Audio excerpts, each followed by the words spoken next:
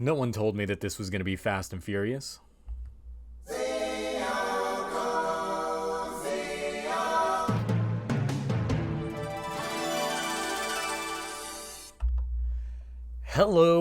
Hello, absolutely, I guess a couple of people. Maybe. We'll see how this plays out. I am Zio Agito, once again, this time going to be reviewing the first 5 episodes of Kamen Rider Revice. So, before we get into that piece, just note, Kamen Rider Revice is a anniversary Kamen Rider. It is commemorating 50 years of the Kamen Rider franchise. As such, he's pink.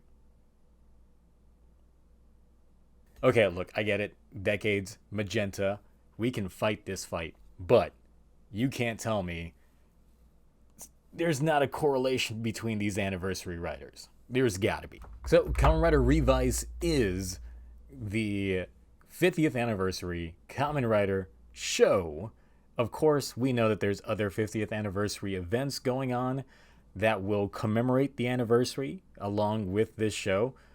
They will have the Shin Kamen Rider movie in 2023, the Kamen Rider Double Fudo PI anime project, as well as the remake of Kamen Rider Black. So overall exciting projects, but this is of course the first because it has to be, since it is this season of Kamen Rider. Now, running through a little bit of the exposition that they set up in the beginning of the first episode, we get a little bit of backstory with an expedition in South America that finds a stamp that releases what we know as Deadman.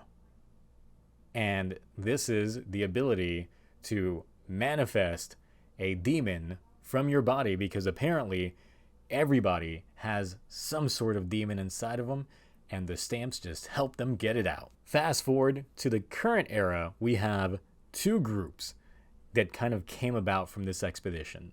We have the good guys, Phoenix, which is a military organization. Hey, isn't that the guy from Kamen Rider Amazons? Military organization that fights the Deadman with guns that are cell phone guns.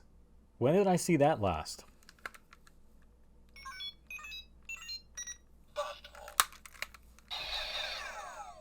But also, when did I see that last time?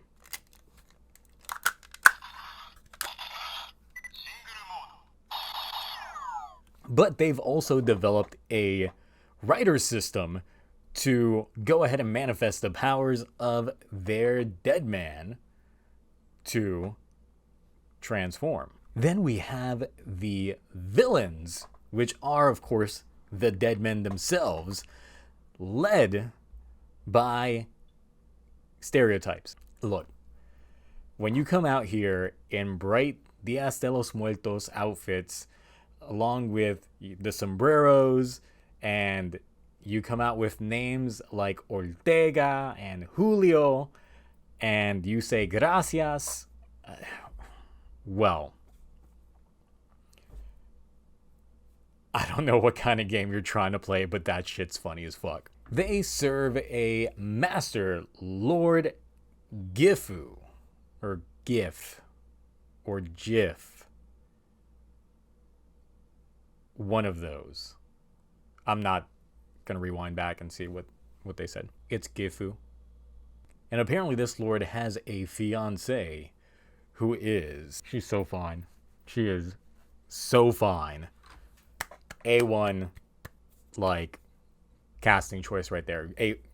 And apparently their goal is to use sacrifices who become Deadman to revive their lord. Apparently they need just about 6 of them to go ahead and do it. All this, of course, sped up by... She's so fine, by Miss Hotness herself. Now, circling back to Phoenix, they have a rider system that they are trying to find the perfect candidate for, and they believe they have one in mind. His name is Igarashi Daiji, and we get taken to Igarashi Iggy instead. This is our titular character. This is who will become Kamen Rider Revi. It's not Daiji, we get the cop out, it's someone else. From the beginning, we get introduced to Iki and his family. So it's Iki as the older brother. Daiji is the younger brother who is a member of Phoenix. We have the younger sister Sakura. We also have, is that the dad from Nin Ninja? Then we also get the mom and the dad. Now this dichotomy is something I have not seen in the Kamen Rider show, so I am interested on where they're going to take this, because we've rarely seen this much family for a single writer. They might have a sibling, but having a full, mom and dad, as well as a set of siblings, no real tragic story going along with there, or an elusive grandmother that you say you're going to introduce us to, but then we never really get to see. Calling you out, Tendo Soji. Never saw your fucking grandma, and I still want to meet your grandma because she sounds amazing. From the outset, we get shown that Iki has a voice inside of him. It's a conscious. No, it's a demon. The demon will later go by the name Vice, but for the very beginning, it has no name. However, Iki is the only one that can see him, and his interactions with him lead to stupid-ass hijinks. Of course, his whole family runs a bathhouse that everybody in town seems to enjoy and go to. So the entire thing is not just family, but the family business. Now, of course, we get taken to the belt ceremony where we find out a little bit more backstory in regards to Phoenix. The lead scientist, who goes by George. They really just named this man George? We got Ortega, we got Julio, we got George. Could have just called him Jorge and I would have been fine with it. So yeah, George's dad created the Vice stamp system, which later on led to the Rider system. And he has some big daddy shoes to fill syndrome. But needless to say, he's got a belt and he is ready to pass it over. However, not before the Deadmen show up, along with Miss Hotness. Miss Hotness had to show up, and I'm just over here just thirsting right now, just watching this. Especially, she grabs the camera and gets all zoomed in, and I'm just like... So the Deadmen go ahead and attack, and the commander is shown just going ahead, breaking that glass, and trying to get that Revice driver on. But George warns him, and when George warns you, you get warned. He tries transforming, does nothing of value, and instead unleashes the T-Rex Deadman onto the world. Hijinks that ensues, things get tossed around. George points out to Daiji, that belt is yours. You're the chosen one. And then Daiji bitches out. Deadman start attacking a little bit more, and bam! Out goes Mom. Goodbye, Mom. It was nice meeting you. Oh, she's not dead. She stays in the hospital for the next few episodes. She's still in the hospital now. But this is what leads Iki to go ahead, grab the belt, do the stamp, and get Vice out there. However, when Vice goes out there, it's not a pleasant experience. So, of course, one of the themes that they set up with this is the form of contracts between a demon and its human host. The contract that, of course, allows them to go ahead and merge.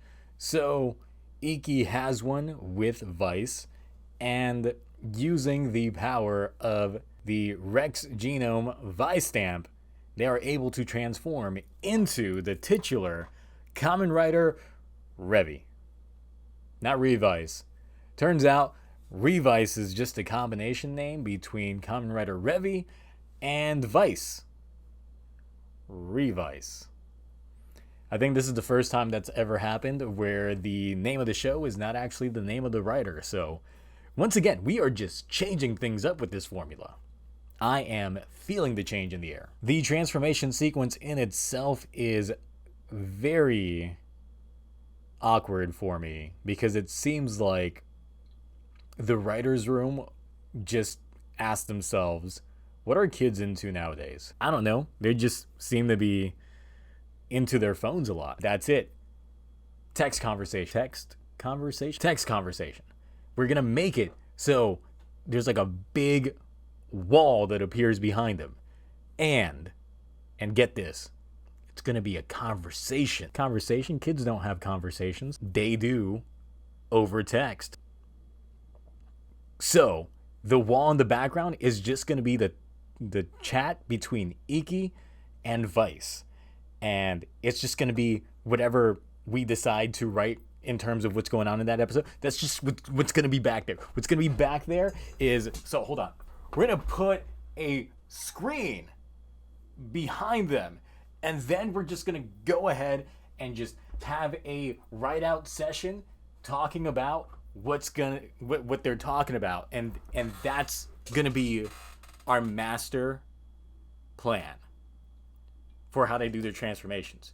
We're just going to go with text chat right behind them. Text chat.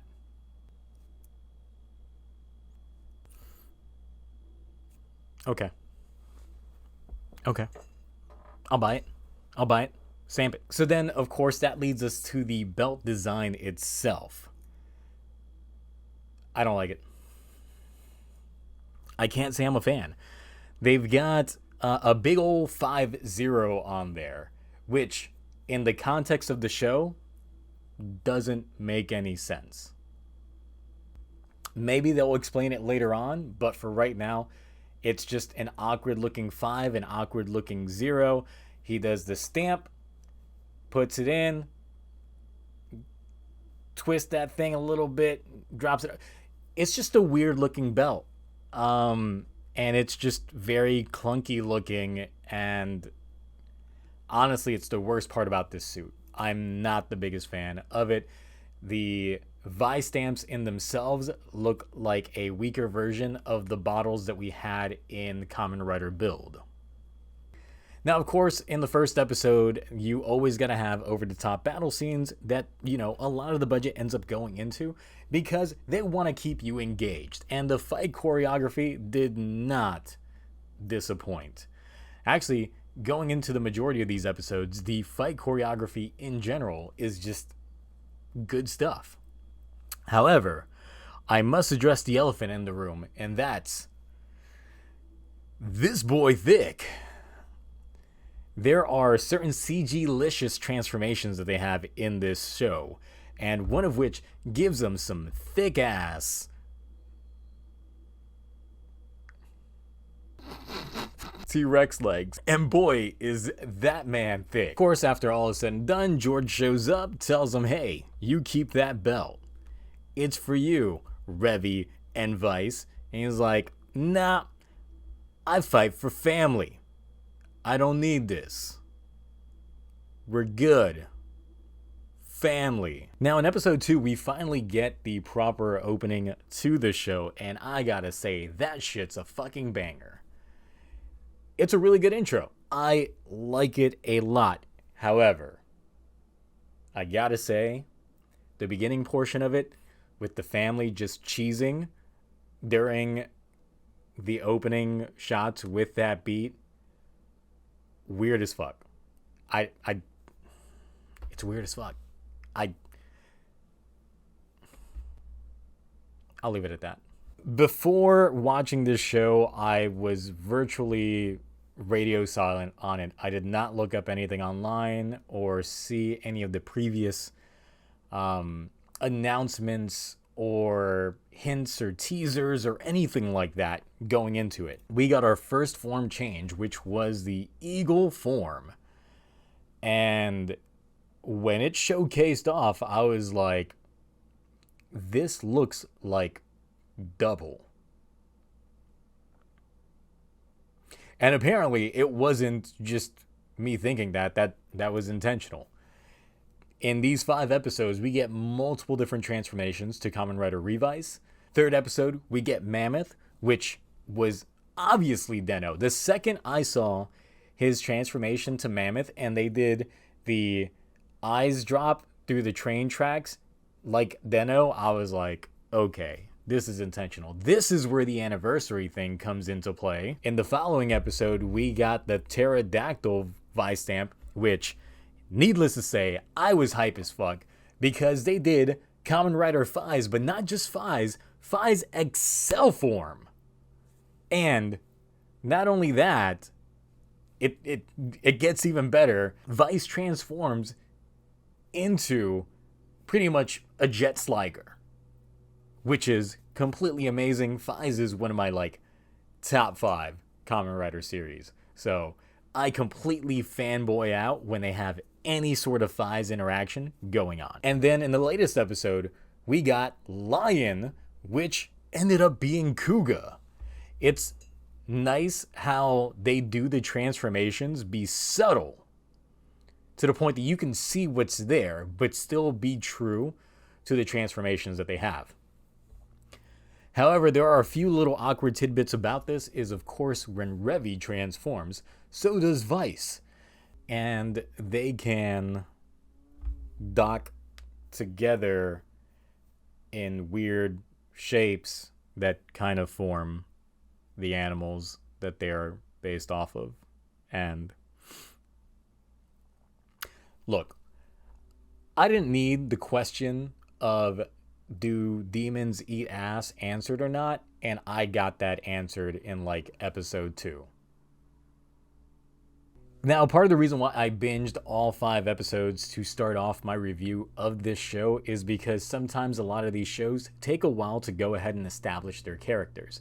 Now, I think I've got a good understanding of who these characters are and why they're so enjoyable. Iki, in himself, obviously, as the older brother, has a sort of responsibility to make sure that the family business gets taken care of in light of his mother's injuries that happen. His father overall is a goofball that you think he's all in on the family dynamic and trying to be there for their business. However, it turns out that it's more of the other way around, and Iki is the only one fully dedicated to the bathhouse. The younger brother, a military man, definitely has his quips and qualms when it comes to Iki not taking full responsibility of being the chosen hero of the driver, and desperately really wants him to, do the right thing and fight for the world. We already get showcased off earlier that there is a second rider belt that they have already developed. When Daiji tries taking it to go ahead and help with a hostage situation, however, he is still not deemed properly worthy of using the rider system. Touched on Daiji, but we haven't touched on Sakura. Sakura is a character who is a very strong-willed woman. She is still in school from what it appears like, but she definitely knows how to carry herself in a fight, which is part of the reason why I can still see her becoming a Kamen Rider. Honestly, at this time, I'd be fine with everybody in the family becoming a Kamen Rider. Mom, dad, brother, sister, all of them. Just 5 family, dynamic, Kamen Rider, we got this. The very big interesting thing about all this is the fact that his identity is not a secret from his family or from anyone for that sense. So when there's certain issues that arise, the family can call on Iki to show up and get the job done, even if he shows up late. Vice being the sidekick character, originally he gave me some Imagine vibes from Den-O. Den-O was really the season that kicked off having secondary characters that were suited up the entire time, and I get it. It's kind of a budgetary thing and also a selling toys thing, that they can just have another character there that's not portrayed by an actor, because that can always mean that in future crossovers, you're no longer going to get the main character anymore. You're going to get that suit actor rocking that suit, and it's going to be the instant cop-out of crossovers. But Vice in himself is actually a pretty interesting character. Demon just manifested out of nowhere, but he has his fourth wall breaking moments that lead to a lot of instances that are played out for comedic values. However, throughout the course of the first few episodes, you get to realize that maybe he is not a good-natured demon, but then again, what demon is good-natured? to the point that it takes a second contract between Iki and Vice to get him acting right. But even then, he's still trying to understand proper human emotion. Now, I mentioned before that the concept of family plays a lot into Iki's character, and that is shown throughout the many episodes that you see in there. Not just between his own family, but the other people that he gets involved with in these other episodes, from a former love interest who has issues with her mother not caring about her as much, but more about her younger sister who is an idol, and leads to her contracting with her Deadman and taking on the next step of that evolution, which reveals that you can get separated from your Deadman if a rider kick is inflicted on them. And the rider kick is okay. We have the scientist George who I have questions. So, we get shown that in his room, he has a collection of so many Kamen Rider belts, figures, and helmets just chilling there. And in the intro, you see him working in a laboratory with 3 very obvious looking previous Kamen Riders, or at least in terms of their motifs. So it's clear to see that when he designed his Vice stamps, he had those past Kamen Riders in mind in terms of the design. The biggest issue that I have with that is Kamen Rider suffers from a continuity issue. Every anniversary series, they always try and imply that every Kamen Rider existed. However, there runs into the issue of throwing spaghetti at the wall and seeing what sticks to what is a set timeline. Do all these shows exist in one timeline, multiple timelines? Some exist in one timeline, and everything else is sprinkled in other timelines, other parallel universes, things like that. Decade really ruined everything, and some other shows ended up taking it a step further. And yeah, it's a confusing way that they go about this in every single anniversary show, but we'll see how it plays out. Honestly, the 01 movie had the biggest meta narrative that I've ever seen divulged, but that's a story for another day. Now, back to George. George in himself is a very interesting scientist because that man's swole. You see him working out like Oliver Queen does in several episodes of Arrow. And it's clear to see that this man's trying to get built for probably a future Kamen Rider that he's going to end up becoming. There is no way you can tell me that this guy, that's this much of a fan, that can make this kind of tech, is not going to make himself a Kamen Rider outfit. He's got to do it. Outside of George, the only other member of Phoenix that we've gotten proper characterization to is Commander Hiromi, who in episode 1 was the one that grabbed the Rider belt and failed at getting it. We get to see a sort of character arc build up between him and the rest of the hierarchy in Phoenix. And eventually it leads to his demotion and the setup to him possibly being a traitor amongst their ranks. However, in my opinion, I think it might be a red herring, and there is no way that he's actually who they are implying he is. I can't believe that.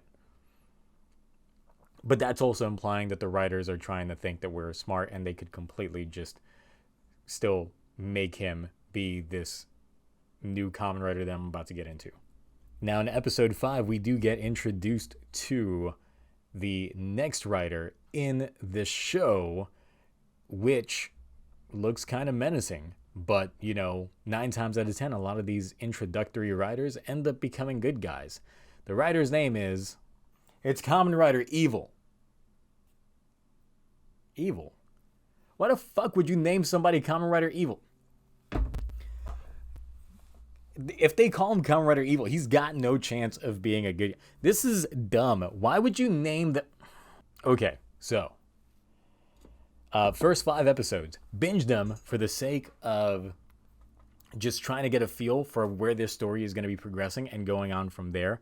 However, I gotta say that I am enjoying it much more than I thought I would.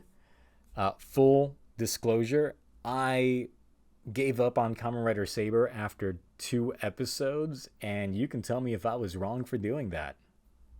Anyway, overall, I would have to say this first batch of episodes I would rate probably at a B. A very good start to the show. A good character introduction. Iki is definitely a very likable character, and I get his sense of family justice, just being completely committed to.